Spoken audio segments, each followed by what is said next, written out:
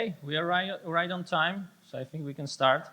Hello, everyone. I hope you enjoy your Tuesday. I hope you had a good presentations already, and I hope that for the rest of the day, you're going to enjoy whatever you're going to be listening about.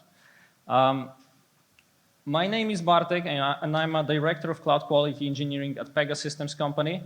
And for upcoming 50 minutes, we're going to be talking about AI in the context of quality. And of course, this is only scratching the surface. But there is one thing that I want to achieve at the end of this presentation.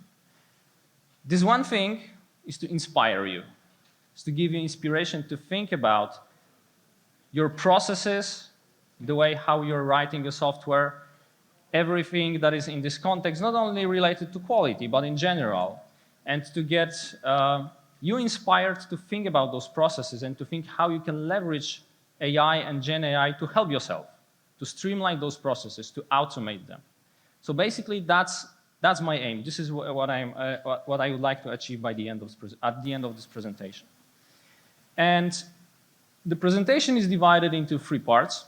So first, we're going to be talking about quality in general. Why quality is important at all?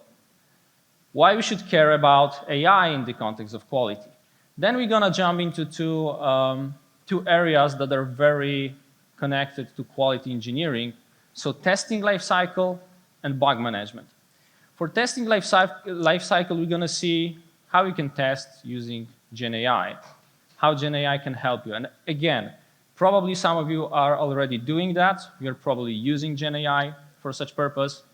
But let's just make it a bit of inspiration. Then we're going to talk about bug management, how we can actually leverage AI to make this process more automated. So that's the plan. And let's start with the quality. Let's talk about quality. This slide didn't exist an hour back, but when I saw those nice stickers and this board, I thought, I'm going to use it. It's really nice. So as you can see, the quality is not that much area of interest. You see those two red rectangles that are basically showing that we think about quality, but we're interested in other things related to how we write the software. And that's fair. I get it. Quality is not a sexy thing. You cannot go to client and say, buy my product because it's high quality. This is what every company is doing. Yeah? It's better to go to client and say, hey, I have this great Gen AI capabilities or whatever it is hot right now on the market, and this is something that makes a difference. So I get it, again. However, it made me even more motivated to talk about why quality is really important. Yeah? So I hope that I can maybe convince some of you that it really is. So probably if I'm going to ask every single one of you why quality is important, I'm going to get different answers. And the reason is every single one of us are having a slightly different thinking about what the high quality really is. If you're going to ask CEO, you're going to get a different answer. If you're going to ask cloud ops engineer, you're going to get a different answer. The same if you ask engineer who's writing a particular service or product. However, there is one common factor and one common thing why you should care about quality. So quality is all about money, overall. And I'm not only talking about money that you can lose because your software is actually having some defects or some problem in the code cause a downtime of your system. It's also about the chances of growing your business that you may lose because of poor quality. So let's imagine that you're trying to buy some gift for someone. Christmas is coming, so this is what we're going to be doing. You just use Google, you Google the item that you want to buy, and you get probably at least a bunch of online shops that are selling the same item with the same price, and you just want to buy it. You don't know which one to pick, so you're just picking the first one from the list. And now let's imagine that the website of this online shop is very slow. This is a poor quality. You're waiting, you're clicking, you're trying to add to cart this item. Basically, you're struggling with that, so you're saying, hey, come on, there's another shop that I can basically use and buy the same item there. So you just do that. Now, this shop just lost a potential client. Yeah. So this is a lost opportunity because of low quality. And if you're ever going to be discussing with management, with CEO, with anyone, and you would like to try to convince the person, hey, let's invest in that, you can always use money as the one of the metric. And probably you can Google plenty of metrics out there. What I'm going to just show you, there are 4 examples how poor quality can affect your business because your business can lose money. As I've said, there are plenty of other examples, but this is just to set the context and set the stage of what we are talking about here. So the first thing is there is a report that is talking about cost of poor software quality in US in 2022. There's the one from 2020 as well. I couldn't find anything that is from 2024. Anyone would try to guess what the number is going to be? Are we talking about, I don't know, thousands of millions of dollars? Who thinks that that's right? Please raise your hand. Millions of dollars? Okay, one person. Thousands of millions of dollars? Anyone? More? Anyone thinks it's more? Oh, there are some people, yeah. According to this report, that's the cost. It's $2.42 trillion of dollars because of poor software quality. This is for US, of course. And to make it even more, in more context, the GDP for US for that year was about 25 trillion, which means that if we're gonna fix everything here, it basically makes GDP for US 10% up, which is quite a significant number. And of course, this is an overview. We can talk about specific cases where poor quality of the software cost some loss in money. So this is probably a very famous example. Anyone heard about this one? You've heard it. I think there were 3 cases from NASA like that, very similar ones. So this was a crash of Mars Climate Orbiter in 1999. The reason was two parts of NASA that were working on the software basically were using different types of units. So the one team was using like centimeters, meters, etc. The other team was using inches, pounds, whatever it is. And no one checked during integration that it's not working the way it's supposed to be working, so Orbiter got the wrong params, it crashed, 125 million lost, yeah? Easy as that. Downtimes, again, you can find plenty of examples in the internet of different types of downtimes from Facebook, from Amazon. This one is from Facebook, 14 hours of downtime in 2019, 90 million lost. So now let's make a very quick quiz. Average cost of 1 minute of downtime. What do you think the number is? Anyone would like to try? In dollars, of course. 200,000. How many? 200,000. Okay, we have a 200,000. Okay. Anyone else? Okay. So let's just see what it is. So I found 2 sources. One is Gartner is saying it's about 5,600. Phenomenon Institute is saying it's 9,000. We can make an average, something in between 7,000, yeah, per 1 minute of downtime, which means that if there is right now some downtime happening and in this room there is only one person that can fix it, within 50 minutes we're going to get lost $350,000. Yeah. No, pretty nice. Yeah? So quality is important. Okay, now let me ask you a question. So let's imagine that you're writing some new functionality for your service and you're being approached by senior management, by CEO with the question, what do you need to provide the best quality possible for this functionality that you're developing? And you're having 3 things to pick. One thing to pick from 3. So one thing is a better software. So basically your management is saying, I'm going to pay for some additional technology that you can use during testing. That's the one. The second, you're going to get an additional engineer, not experienced in this area, but someone you'd have to like introduce to the service that you are improving, but you're going to get 1 more person. The third thing is more time. Who would pick better software? Please raise your hands. No one. Who would pick 1 more engineer? Who would pick more time? That's what I thought. So with more time, it's of course probably going to increase the quality. But what it's going to affect is the speed of delivery. Yeah. So the more time you spend on making sure that we have a good quality, the slower delivery time is going to be. The speed of delivery is going to be slower. And very often, quality and speed are actually treated as two different sides of the same coin. And in the report from Catalan called State of Software Quality, it's actually from this year, and I'm going to be using a lot of data from this report, to be fair, in this presentation. It is exactly what you see on the screen. The challenges in achieving quality goals year by year, it's almost always every year lack of time to ensure quality as the top one.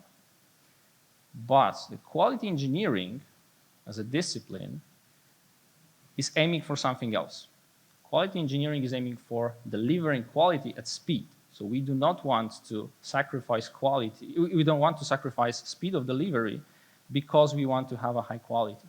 So this is basically what we want. This is the holy grail. We want to be able to deliver fast with as high quality as possible.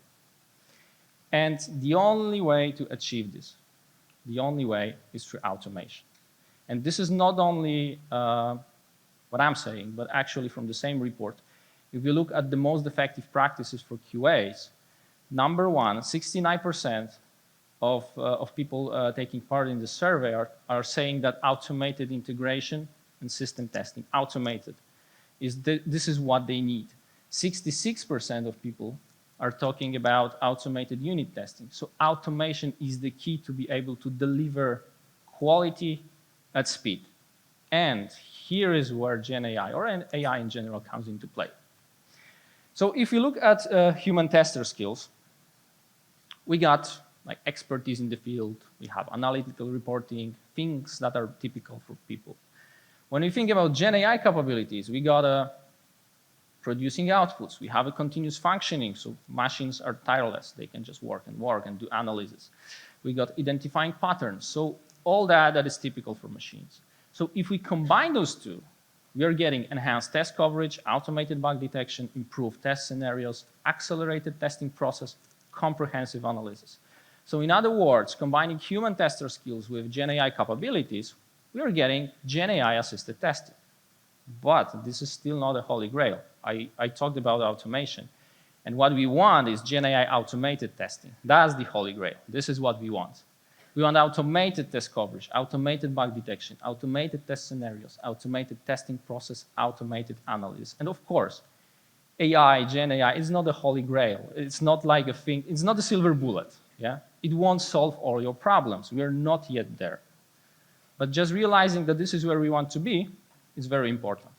And again, from the same report that I was just talking about, 37% of our participants are aiming to integrate AI into QA processes as their main objective for QA.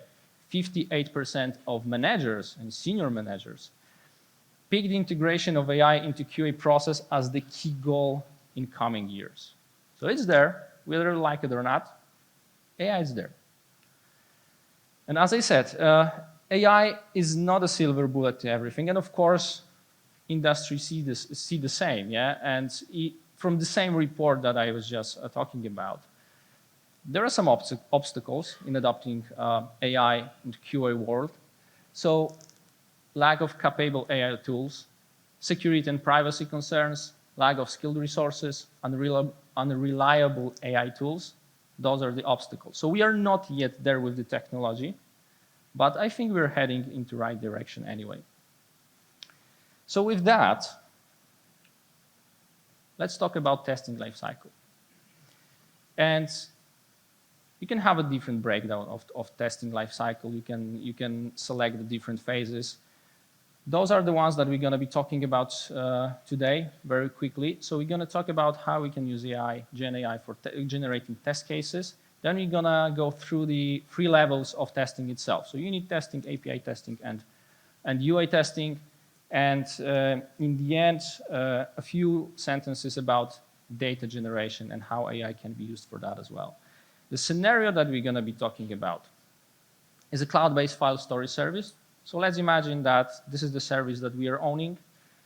Very simple service that is exposing some REST API. You can just upload some files, download files, that's it. Yeah, nothing fancy.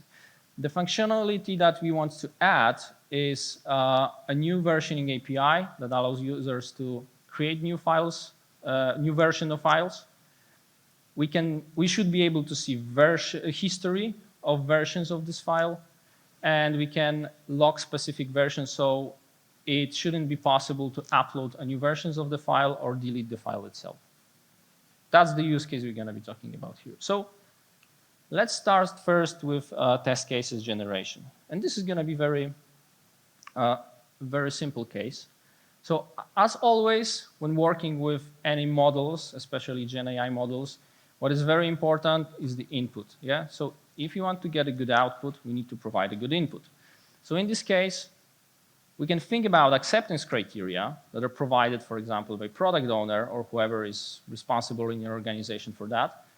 So as you can see, we have 4 functionalities, 4 parts of the functionality that we are going to add as the acceptance criteria. So we have a create new file versions feature, viewing version history, view version details, and locking file versions.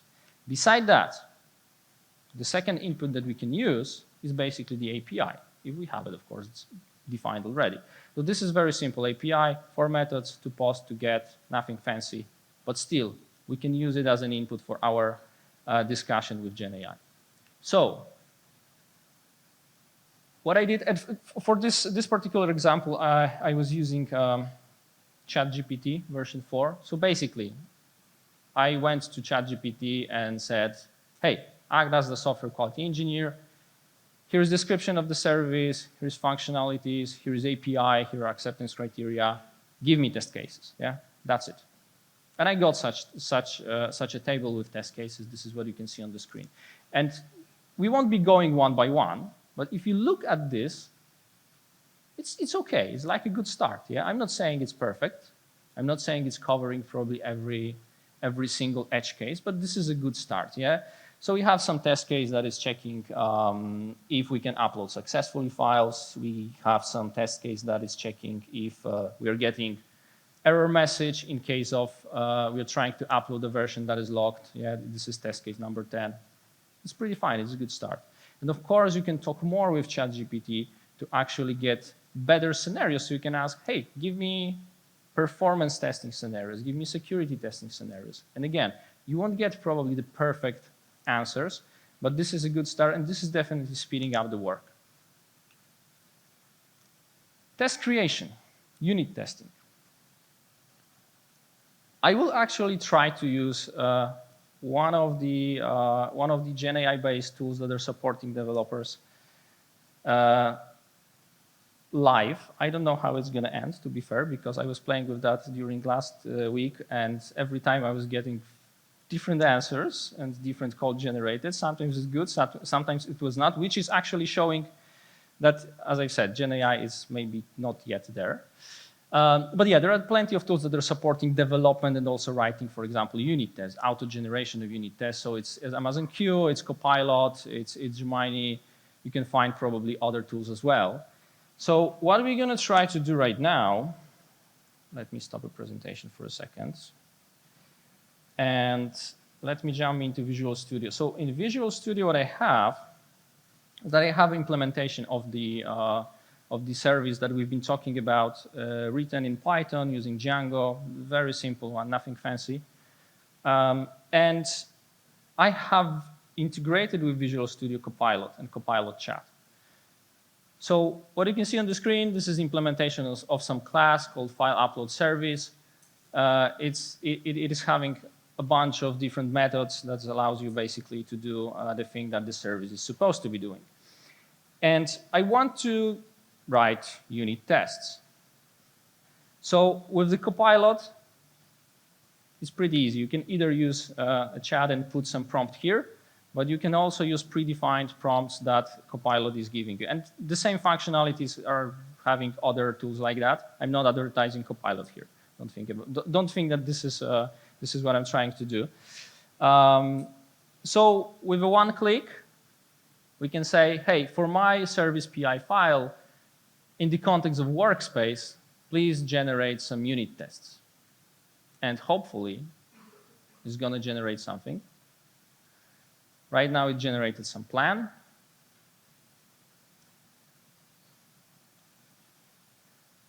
And the plan is talking about importing necessary modules, creating a test class which is going to be called test file upload service, define some methods, and I think it stopped thinking, so it generated something. Now, let's look what we have. We have some imports, we have some frameworks that are used for mocking, and we have some code itself. Now, if we look at the number of methods that have been generated, it's only one. I have no idea why. If we look at the number of methods that we have in a service PI file, there are more methods that should be covered.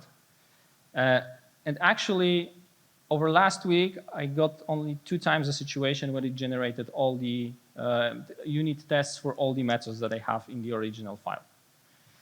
So you can of course ask about, hey, give me more methods. Yeah, think about the other ones that I have in this file. But this is what we have, and I don't really want to spend time playing with Copilot itself. So what I'm going to do is I'm just going to take what I have.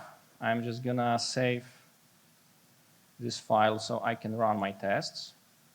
And hopefully, if I run it,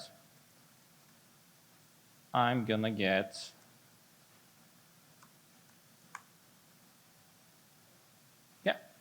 so that's it. Yeah, a few clicks and you have something. Now, what's the quality of the generated code? That's the other thing. Probably you should sit and take a look, analyze what is there. Actually, when I was trying to play with that over last week, a couple of times I got a code that wasn't compiling at all. It was not working. It was not interpreted by interpreter properly. There were some problems with assertions. So it's not really a reliable tool, but it can, again, speed up your work. You at least got some skeleton of what you want to achieve, yeah? So this is what you have for unit testing. Let's now jump into another example, which is about testing API. So what I'm going to do again, and this is something that what I did actually last week. This is my conversation with ChatGPT asking about test cases, so something that I presented you on the previous slides. Now, if you scroll down, you see that I asked, give me implementation of API tests based on generated test cases from 1 to 10 using PyTest. Few seconds, and I got implementation of test API with some instructions how to use it, what libraries should I install. So something that I can basically use out of the box. So let me now just copy the code and see if this is something that we can really use. So let's call it test API py. Then just paste it here. Let me just point to localhost on port where my server is going to be running. Let me start my server on this port.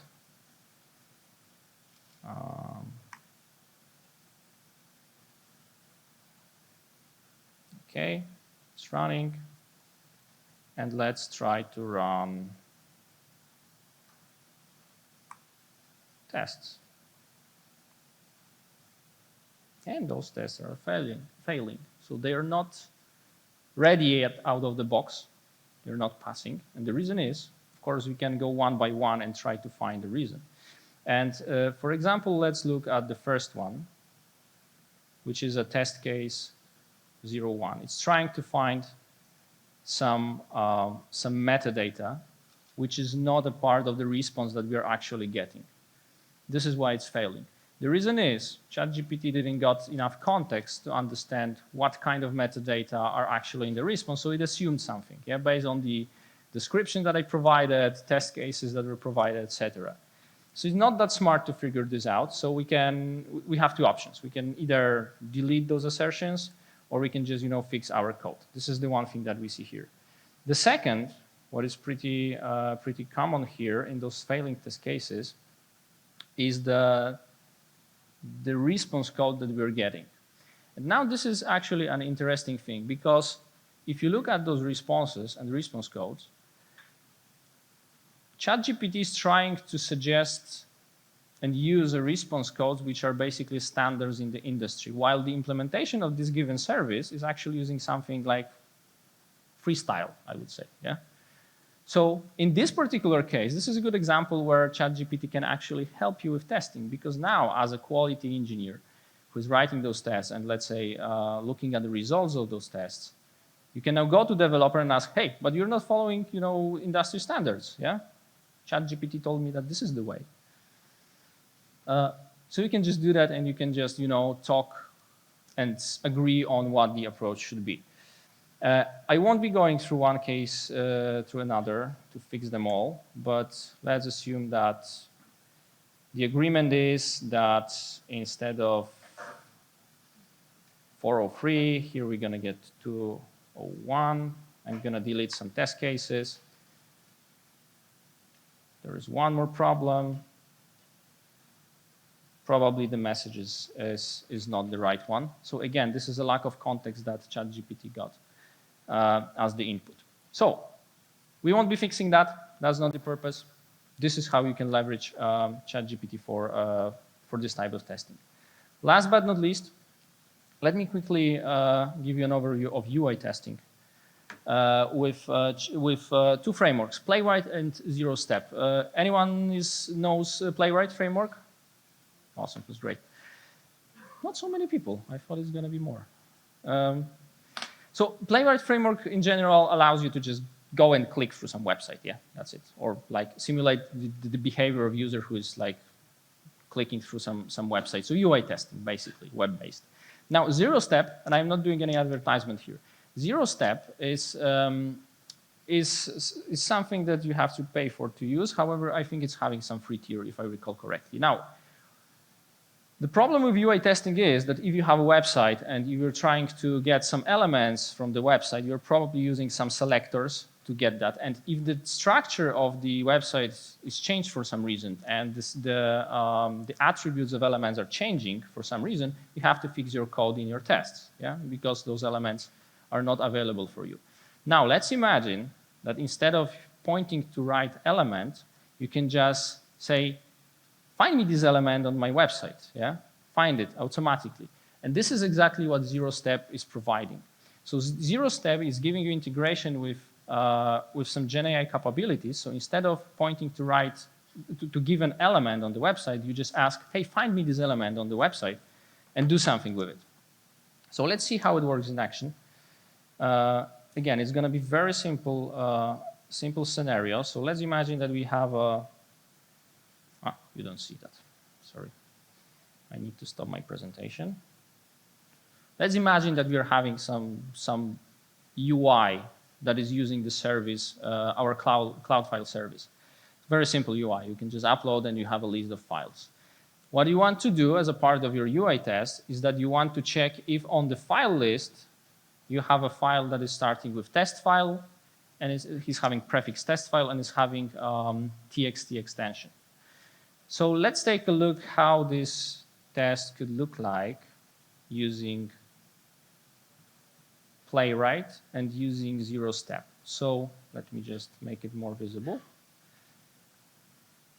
So we are waiting for some page to open, but the line 7 is the crucial one. Instead of pointing to right element, you just say, does file list contain file with prefix test file and txt extension? And that's it. Yeah, you don't have to point any IDs to get an element or something like this. That's all. And now if you run it, it's going to tell, hey, my tests are passing. Yes, there is a file that is having prefix test file and txt extension. So if anything is going to change on the website itself, you don't have to change your tests. So this is pretty nice example of using AI for making your code more reliable.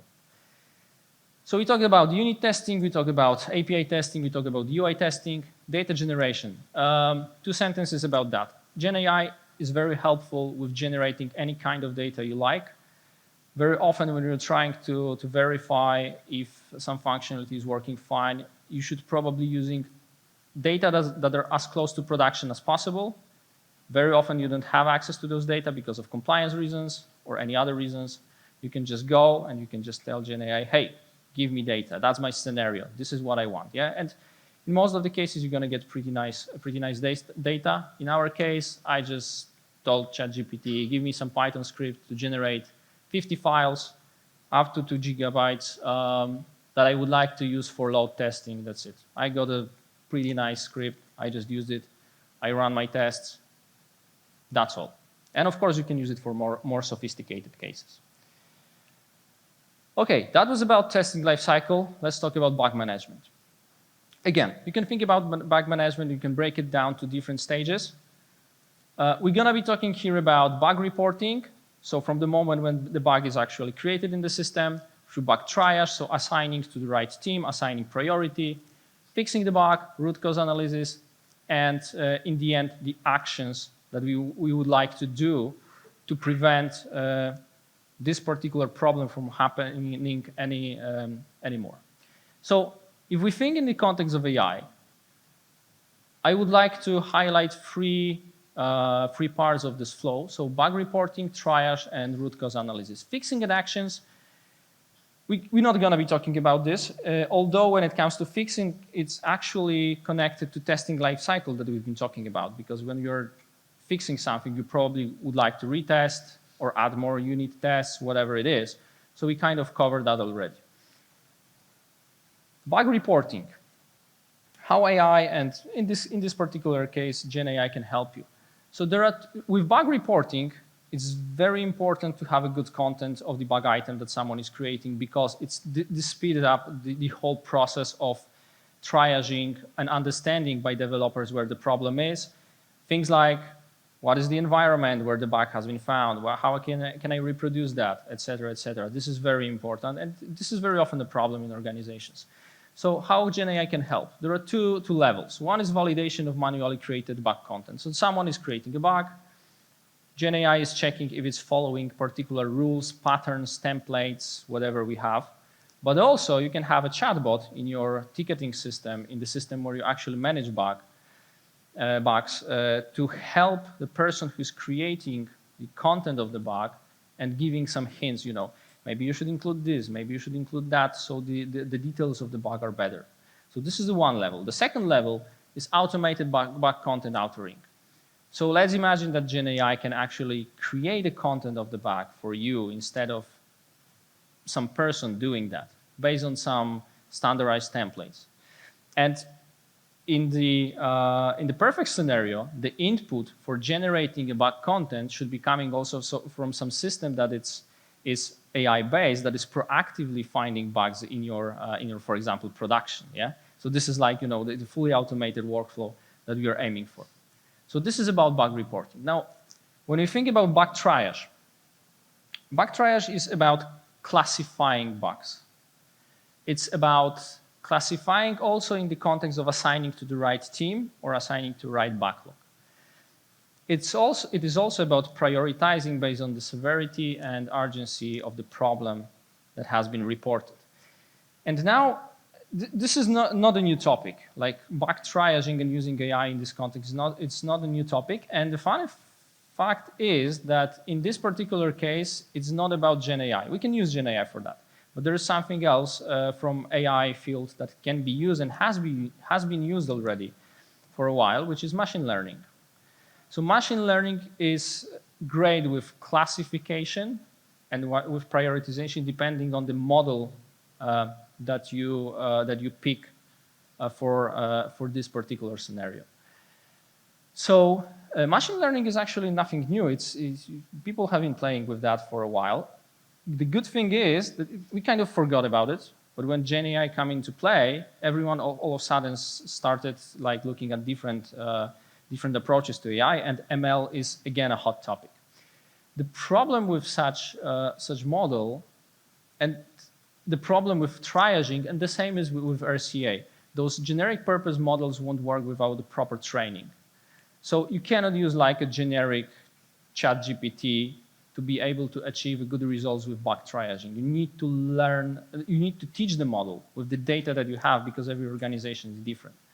So there are particular steps that we should follow in that case. First, you need to collect and pre-process data. So you do data cleaning, you do text tokenization, then you extract features. What are features? If you create a bug, the feature can be who created the bug. Is it from customer or from someone from internal? It has been found on production level or I don't know, some staging or integration, R&D. Yeah? So those are features in this context. So then you select the model, and you can have actually two different models for the purpose, one for classification, the another one for prioritization. Then you train the model, you provide a feedback loop. So continuous learning, the model should be learning all the time as the data are coming to your system. Human in the loop, someone who is verifying if the model is going in the right direction or not. Then you integrate your model once you think it's ready. Integrate with your internal systems, bug management systems, whatever you have in your organization. You provide probably some API. And as the last step, you evaluate and iterate. You monitor performance. You get a user feedback. You improve your model. And you can probably Google at least a couple of successful stories about using machine learning for triaging.